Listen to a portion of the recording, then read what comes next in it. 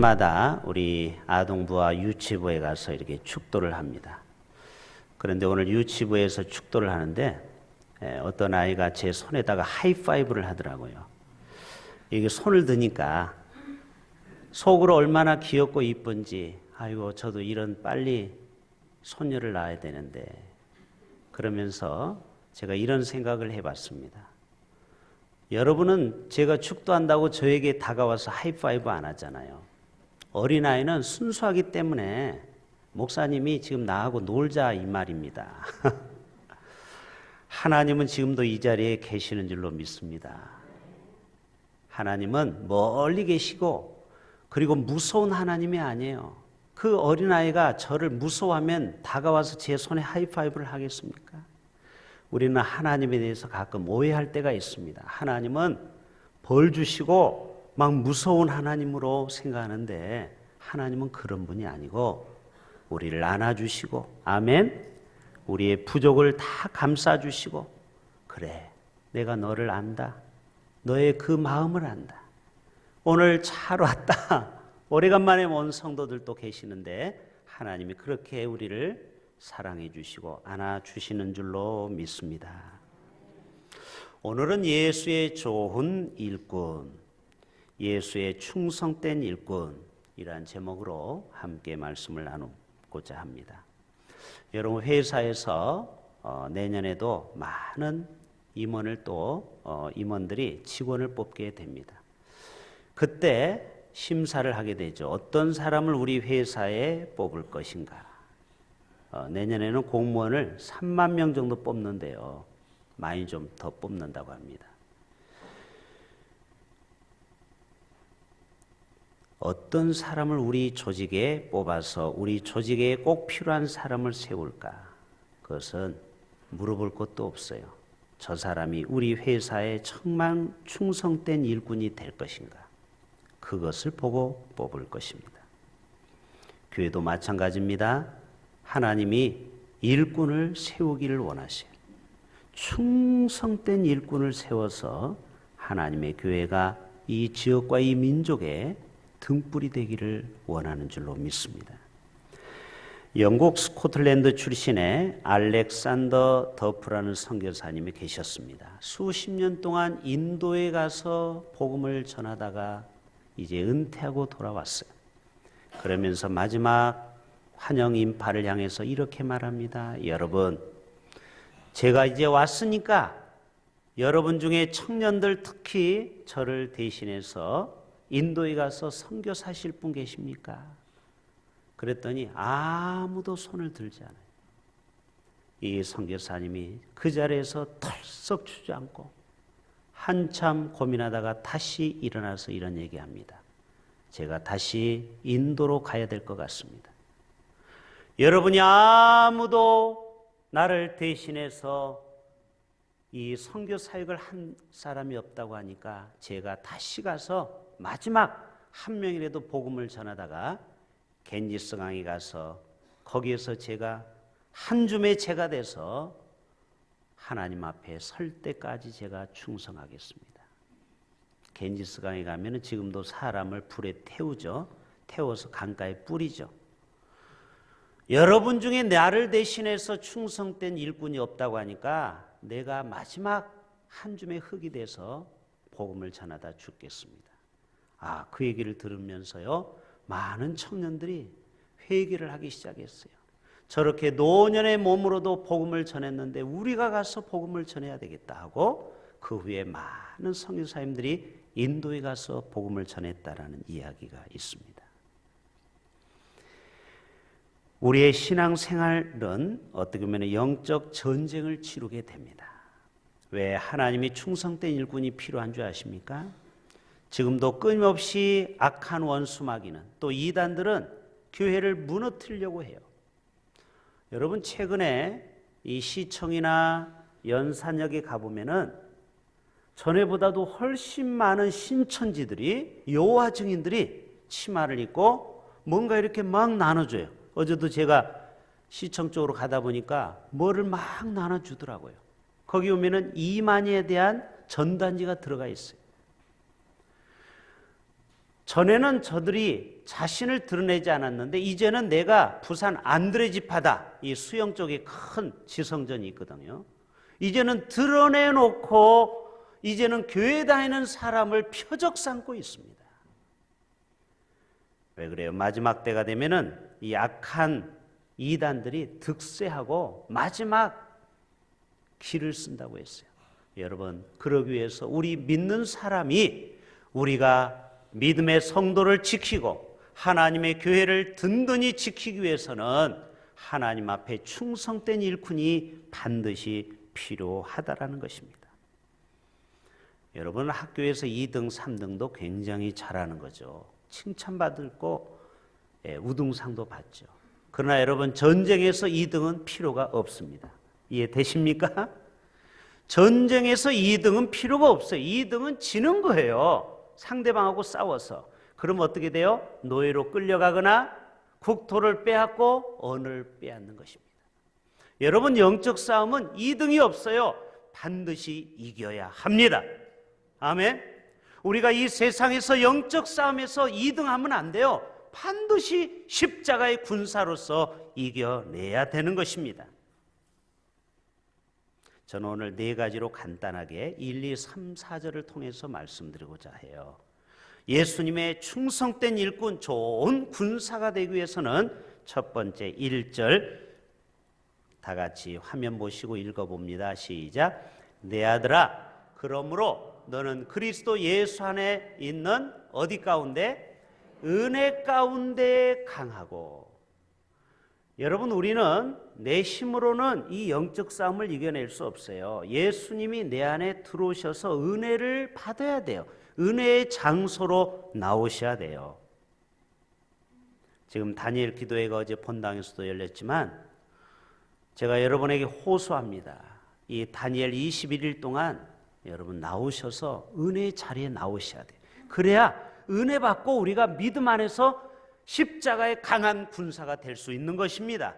믿음은 들음에서 나는 거예요. 듣지 않으면 믿음이 없어요. 이건 어디서 돈 주고 사올 수 있는 게 아니에요. 성경책은 돈 주면 기독교 서점에 살 수 있지만 믿음은 말씀을 자꾸 들어야 됩니다. 아멘. 믿음의 자리에 나오셔야 돼요. 은혜 안에서 강해야 우리가 주님 안에서 좋은 충성된 일꾼이 될 수 있는 것입니다. 한국에 존경받는 목사님들 중에 한경직 목사님이 계십니다. 원래 한 씨는 본이 하나이기 때문에 저희 할아버지 뻘 되시죠. 이 한경직 목사님이 젊었을 때 영락교에서 목회할 때 어떤 성도가 탕해실을 찾아와요. 여러분이 연말만 되면은 목사님들이 긴장을 합니다. 왜 그럴까요? 목사님, 내년부터 저 안 할게요. 이거 빼주세요. 그 정도가 아니고요. 요즘 성도들은 목사의 약점을 너무 잘 알아요. 이거 안 빼주면 교회 옮길 거예요. 아, 목사가 제일 약한 게 그거거든요. 교회 옮긴다라는 소리. 제발 여러분 입술에 그런 말 하지 않기를 바랍니다. 아니, 왜 아멘 안 하세요? 아멘? 제 심장이 떨려요. 제발 교회 옮긴다는 소리 좀 하지 마세요. 근데 이 성도가 와서 목사님에게 10가지를 적어왔어요. 1번, 목사님은 목소리가 너무 힘이 없다.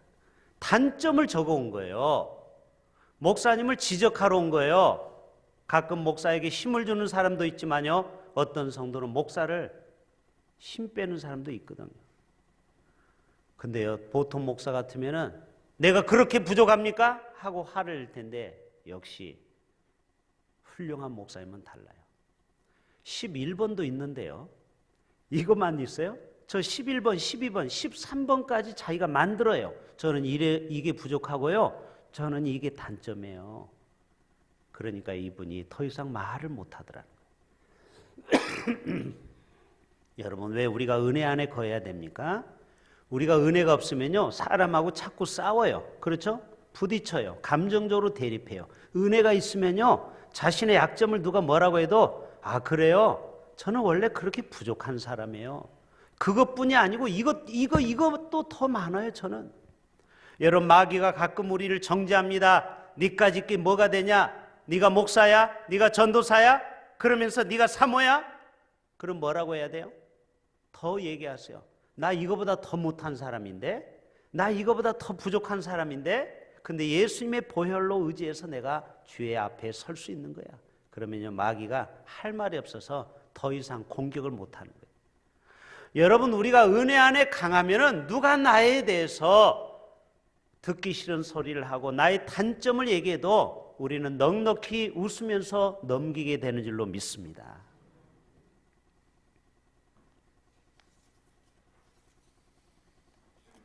우리는 은혜 안에 거하는 자가 돼야 돼요. 그럴 때 우리가 주님 앞에 좋은 십자가의 군사로 하나님 앞에 훌륭한 일꾼이 될 수 있는 것입니다. 두 번째 2절 다 같이 봅니다. 저기 보세요. 화면 시작.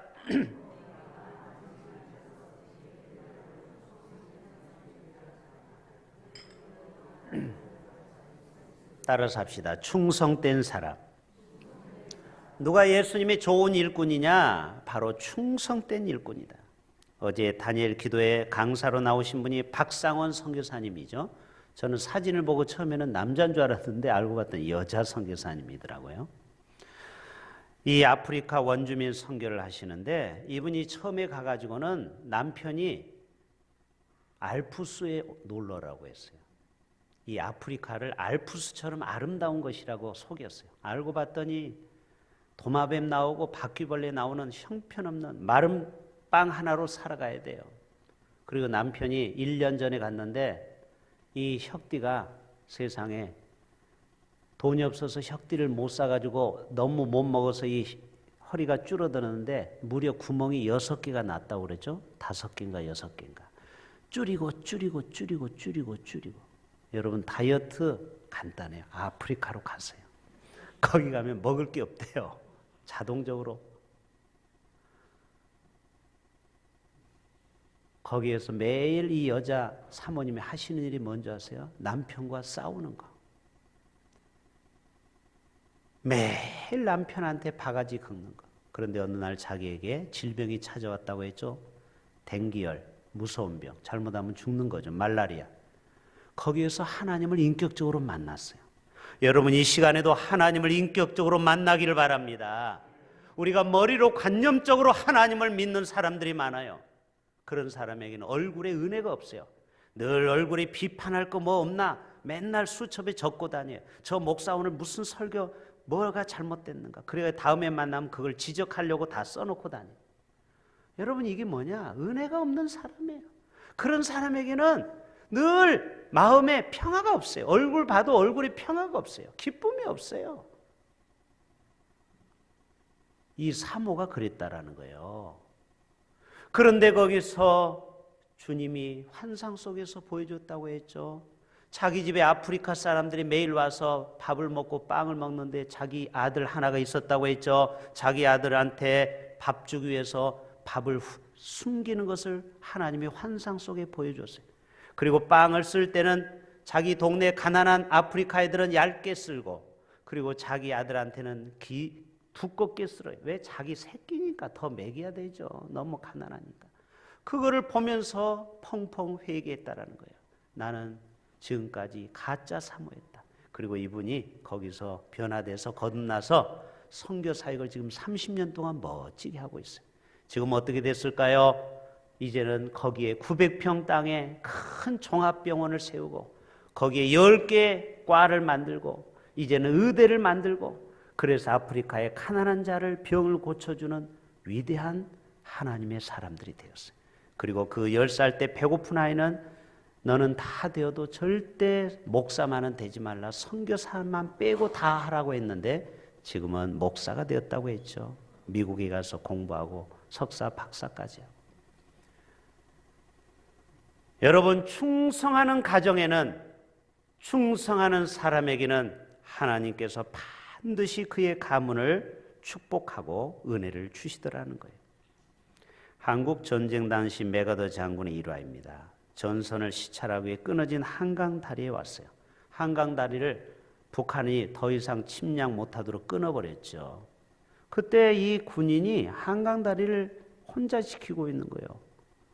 제국은 어떻게 여기 있는가? 예, 명령받아서 여기 지키라고 했습니다. 여기는 민간인이 모르고 떨어지면 안 되니까. 그럼 언제까지 여기 있을 것인가? 그 다음 말이 기가 막힙니다. 상부의 명령을 받을 때까지 저는 이 자리를 지켜야죠.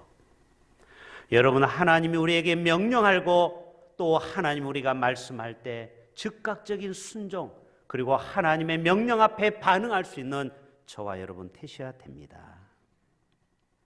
세 번째, 고난과 함께. 다 같이 3절 다 같이 봅니다. 시작. 너는 그리스도 예수의 좋은 병사로 나와 함께 뭐를 받으라? 여러분, 예수님의 좋은 충성된 일꾼이 되려면 고난 정도는 각오하셔야 돼요. 부담스럽다고요? 나에게 십자가 너무 크다고요?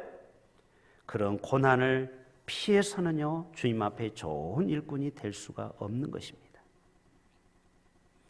군인이 훌륭한 군인이 되기 위해서는 훈련 시에 땀을 많이 흘려야 돼요. 그래서 이런 말이 있어요. 한번 따라서 해보세요. 군대 안 갔다 온 여성들은 한번 특별히 따라서 해보세요. 훈련에서 땀 한 방울이 전시에는 피 한 방울과 같다. 가끔 군인들이 요령 피고 안 하거든요. 그러다가 진짜 전쟁 나면 어떡할 거예요? 평소에 고난을 받을 수 있고 요령 피지 않고 도망가지 않고 묵묵히 자기 십자가를 지는 사람은 인생의 위기가 왔을 때 다 극복할 수 있는 거예요. 훈련의 땀 한 방울이 영적 전쟁의 피 한 방울과 똑같아요. 여러분, 피를 흘리지 않기 위해서는 땀을 흘리는 고통과 고뇌를 감내하셔야 돼요. 식당에서 힘들게 접시를 닦는 알바생이 있었습니다. 지금도 여러분, 미국의 유학생들이 가면은 백인들 사회이기 때문에 절대 좋은 직을 안 줘요. 우리가 할 수 있는 일은 한 세 가지네요. 세탁소에 가서 세탁, 그리고 접시 닦는 거, 뭐 이런 허들의 일만 하는 거예요. 그런데 스테이시 가델라라는 이 여대생이 다른 사람은 내가 힘들게 이 접시 닦는가, 우리 엄마 아빠는 돈 못 벌어서 하면서 엄마 아빠를 원망하고 투정대는데 이 자매는 아주 휘파람을 불면서 접시를 닦는데 정성껏 물 한 방울 묻지 않도록 깨끗하게 접시를 닦는 거예요. 이것을 유심히 그 지배인이 지켜보다가 드디어 5년 만에 본사 마케팅 이사가 되었습니다. 이 회사가 어딘 줄 아십니까? 미국 외식업계의 4위인 아웃백 스테이크 하우스라는 그러한 회사예요. 여러분, 접시 하나를 닦아도 그 힘든 일을 힘들다 하지 않고 기쁨으로 감내할 때 이 땅의 사람들도 그를 높이신다라는 거예요. 경기도 용인에 가면 에버랜드가 있죠. 여러분, 경부고속도로를 쭉 가다 오면은 용인이라는 데가 나와요. 거기에서 이렇게 왼쪽으로 빠지면은 에버랜드가 나오죠. 거기에 이은혜라는 신입사원이 있었어요. 그때 추운 겨울이에요. 모두가 다 얼어붙어 가지고 그냥 발을 동동동 구르면서 이제 손님을 맞이하는데 어느 날 보니까 이 어린아이가 이 신발이 딱딱하게 얼어가지고 움직이를 못하는 거예요. 그래서 그 어린아이의 신발을 벗겨서 자기가 따뜻하게 데펴놨던 신발을 그 아이한테 신겨주는 거예요. 여러분, 이게 얼마나 감동입니까? 고객이 춥다고 자기의 신발을 벗어서 고객의 신발을 신겨주는 거예요. 그 엄마가 감동을 받았어요. 이 모습을 보고서 많은 사람들이 칭찬하게 되고, 그리고 회사에서 결국 알게 돼서 4년 만에 결국은 서비스 아카데미 강사로, 그래서 이제는 힘들게 바깥에서 티켓팅 안 하고 사람들을 가르치는 이제는 강사로 쓰임받게 되었다는 것입니다. 여러분, 리치 칼톤이라는 호텔에서 날마다 방을 정리하는 고된 일을 하는 한 여자 청소부가 있었어요. 여러분, 호텔에 가면은 사람들이 빠져나가면은 모포나 이런 거를 다 수거해 나가죠. 그리고 다시 시트를 씌우는 일이죠. 여러분, 그게 한두 방이 아니고 수십 개 수백 베드를 해야 되기 때문에 시간이 없고 정말 바쁜 삶을 사는데 이분은 정말 기쁨으로 이 일을 자기가 맡은 일로 감사하는 마음으로 이 일을 하게 됐습니다. 그리고 마침내 아이디어가 떠올랐어요. 이렇게 하면은 침대볼을 더 빨리 그리고 더 쉽게 갤 수 있는 방법을 고안해내 가지고 나중에 이 회사에서 생산성 대상을 받기도 했습니다. 생산성을 높였다고. 여러분 지금도 자신의 맡은 일이 힘들다고 고되다고 짜증 부리는 사람보다 자신의 맡은 일에 기쁨으로 그 고난을 감당하는 사람은 이 세상에서도 인정받고 귀한 자리에 앉게 되더라는 것입니다. 여러분 요셉 얘기 간단하게 볼게요. 창세기 39장이면 요셉 얘기가 나오는데 미움을 사서 형제들로부터 팔려가게 되죠. 은 20에.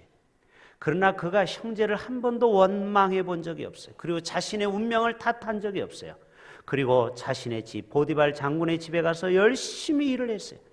얼마나 열심히 했던지 이 장군이 모든 통장과 금고를 다 맡겼네요. 가정 총무 역할을 맡겼네요. 그러다가 이제 오해를 받아서 또 감옥 또 가게 되죠. 그 감옥에 가서도 여전히 자신의 고통과 어려움을 탓하지 않고 충성해서 결국 마침내 간수장이 열쇠를 다 맡겼어요. 여러분 제수에게 뭐를 맡겼다고요? 열쇠. 이게 말이 됩니까? 자기가 열고 도망가면 어떻게 하라고? 요즘 말하면 모범수가 되었다라는 거예요. 여러분 이처럼 그러기 때문에 하나님은 요셉을 꿈을 통해서 바로왕 앞에 서게 하고 그리고 그에게 제2인자인 총리의 역할을 맡긴 것입니다. 여러분 하나님은 지금도 어떤 사람을 찾고 있느냐? 충성된 일꾼을 찾고 있습니다. 아멘. 다윗도 아버지 이새의 양 한 마리를 잃어버리지 않기 위해서 잠과 싸우고 그리고 사자와 곰과 싸워서 결국은 양을 끝까지 지켜냈어요.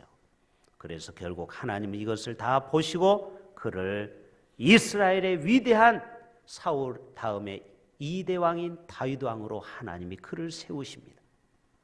여러분 직장에서나 사회에서나 교회에서나 어디서든지 여러분 이러한 충성된 종들 다 되실 수 있기를 축복합니다. 마지막 4절 다 같이 봅니다. 시작. 병사로 복무하는 자는 자기 생활에 얽매이는 자가 하나도 없나니 이는 병사로 모집한 자를 기쁘게 하려 합니다. 이 땅의 삶에 얽매이는 것이 아니고 영원한 본향 천국에 올인하는 사람이라는 것입니다. 소돔 고모라 보세요. 그 성에서 빠져나오라고 했는데 미련을 갖고 이 롯의 처가 뒤를 돌아봤습니다. 생활에 얽매인 것이죠. 물질에 얽매인 것이죠. 결국 어떻게 됐습니까? 소금 기둥이 되어버렸어요. 1967년 이스라엘이 아랍과 6.1 전쟁을 치르는 유명한 전쟁이 있습니다. 1967년. 그때 이스라엘이 이긴 세 가지 이유가 유일신 신앙, 하나님 한 분, 하나님의 반드시 우리와 함께한다라는 임마누엘. 두 번째로는 모든 백성들이 마음이 하나가 되었어요. 그래서 여러분 아십니까? 그때 유학 가고 비즈니스로 외국 가 있는 사람, 미국의 은행 돈이 제일 많은 사람이 유대인이잖아요. 미국에. 그런 사람도 자기 나라가 전쟁이 나니까 어떻게 했어요? 모른 채 하지 않고 비행기를 타고 다 이스라엘로 왔습니다. 심지어는 여자들도 다 와가지고 총을 들고 싸웠어요. 이게 뭡니까? 온 국민이 하나가 되는 위대한 힘이 있었어요. 그리고 마지막 하나는 하나님을 향한 절대 신뢰, 절대 믿음이 있었다라는 것입니다. 자신의 삶에서 모든 것을 하나님께 걸었다라는 거예요. 자신의 사사로운 삶에 얽매이지 않고 하나님이 부르셨다고 하면은 모든 것을 내려놓고 하나님께만 집중했던 이스라엘, 그런 충성된 일꾼들이 이스라엘에 있었기 때문에 오늘날의 세계 강대국이 되었고 4만 달러의 높은 부강한 나라가 되었습니다. 우리나라보다 훨씬 잘 사는 나라가 됐어요.